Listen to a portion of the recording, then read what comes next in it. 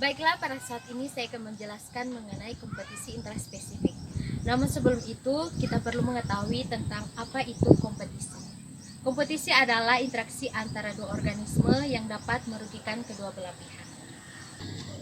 Kompetisi ini terjadi dalam suatu komunitas, terutama dalam hal perebutan sumber makanan, habitat, dan pasangan. Kompetisi terbagi dalam dua jenis, yaitu kompetisi intraspesifik dan kompetisi interspesifik. Namun pada saat ini saya akan menjelaskan mengenai contoh kompetisi intraspesifik. Namun sebelumnya, apa itu kompetisi intraspesifik? Kompetisi intraspesifik adalah suatu persaingan yang terjadi dalam organisme atau individu yang merupakan spesies yang sama. Contoh kompetisi intraspesifik yang saya amati di sekitar halaman rumah saya, yaitu terdapat dua tanaman yang merupakan spesies yang sama. Contoh tanaman lemon yang ada di belakang saya ini. Dua spesies tanaman pohon lemon ini tumbuh dalam satu komunitas yang sama, sehingga tanaman ini saling berkompetisi memperebutkan sumber makanan. Oleh sebab itu, salah satu spesies yang kalah dalam berkompetisi akan memiliki dampak yang merugikan pada pertumbuhan tanaman tersebut. Nah, pada pohon lemon pertama memiliki pertumbuhan yang bagus karena menang dalam kompetisi memperebutkan sumber makanan. Sedangkan pada pohon lemon kedua yang kalah dalam kompetisi memiliki dampak yang merugikan pertumbuhannya. Dapat dilihat jelas di sini pohon lemon pertama yang memiliki daun yang banyak serta buahnya berukuran besar, sedangkan pohon lemon kedua daunnya sedikit dan pertumbuhan buahnya kurang bagus sehingga memiliki ukuran kecil.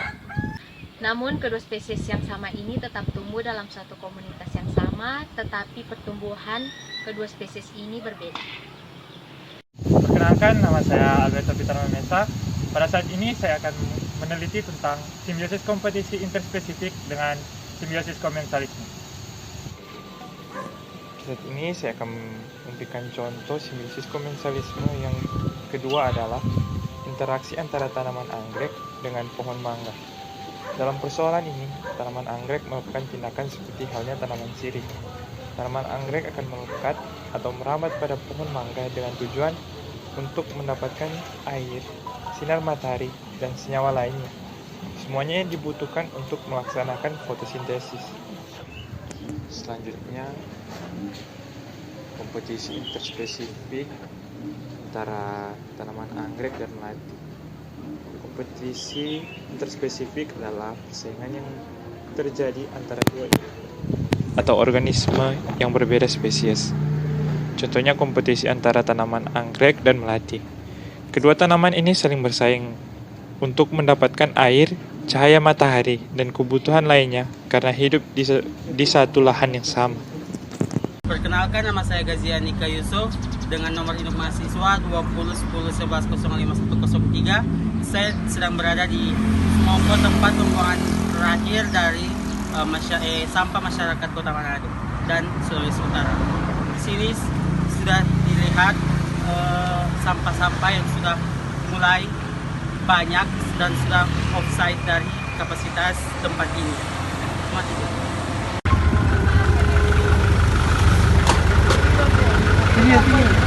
Akan menjelaskan tentang cara menghitung kepadatan populasi. Yang pertama, mengumpulkan data. Yang kedua, tetapkan area. Yang ketiga, tentukan populasi. Yang keempat, seimbangkan data Anda. Setelah itu, kita menghitung kepadatan populasinya. Ketahui rumusnya. Rumus dari kepadatan populasi adalah kepadatan populasi sama dengan jumlah orang per luas area.